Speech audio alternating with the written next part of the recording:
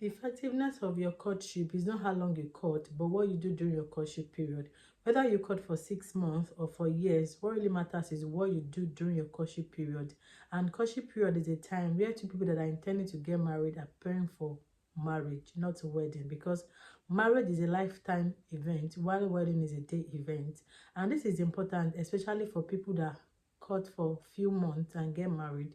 You may be involved or be busy with preparing for the wedding, and you may forget to like discuss or do the things that really matter. And to ensure that you have a blissful marriage, it is important that you talk about these things I will be highlighting as things you need to do in your courtship period before you get married. Whether you are courting for months or you are courting for years, is what you do during your courtship period that really matters. So my name is Adepeji Sogunro, and today I'm going to be talking about things you need to do in courtship. First thing you need to do in courtship is to make sure that your value system aligns with that of your partner.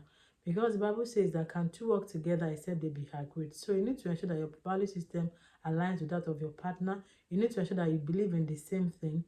You have the same values, and as a person you need to have value. Personally, as a person, as a lady, you need to have values, because your values are who you are, is what drives you, it's what predicts your actions. So you need to ensure that you have value as a person, and then you discuss what your value is with your to-be partner. Make sure that your value aligns. Make sure that you iron out anything that is not aligning with each other. You are believing different things, because it's important that your value aligns together, so that when you get married you will not be having opposing opinions, and that will not be causing issue in your marriage.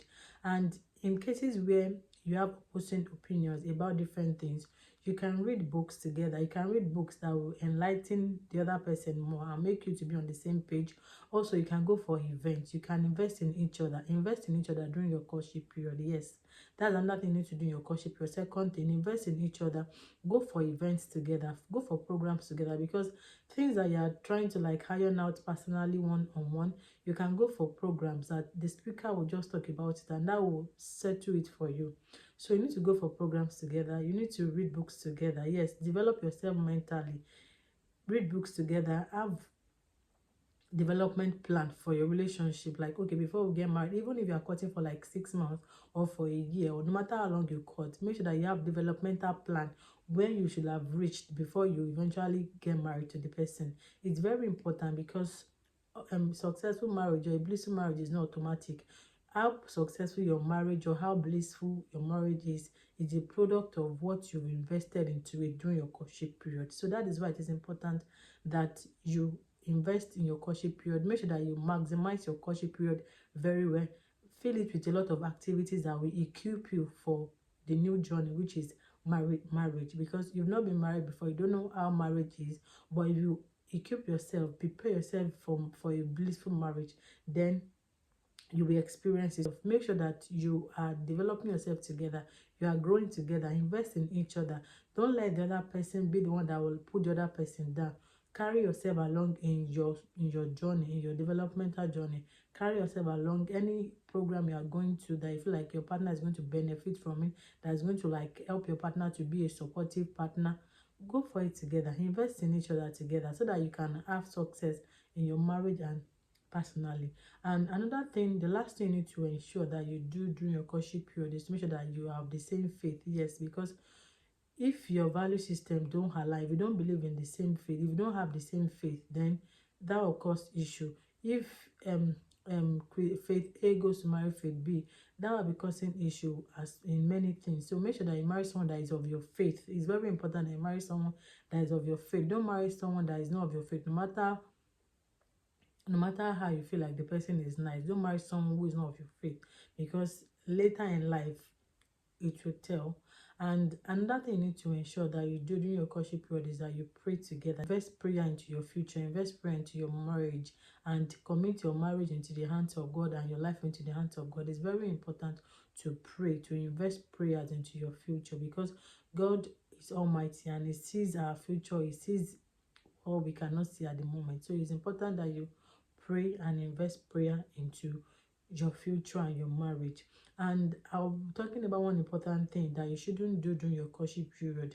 I know that, yes, I'll be shaking some tables here, but as a godly sister that you are, as a godly brother, as a godly in a godly relationship that you are, your courtship period is not a time for you to have premarital sex or to test if your partner is impotent or sexually active, or to see, oh, I will see, let me just, since courtship period is a time to like test, is like preamble for marriage, so let me see how my partner performs in bed. No, it's not a time to do that. And I'll be sharing my personal experience.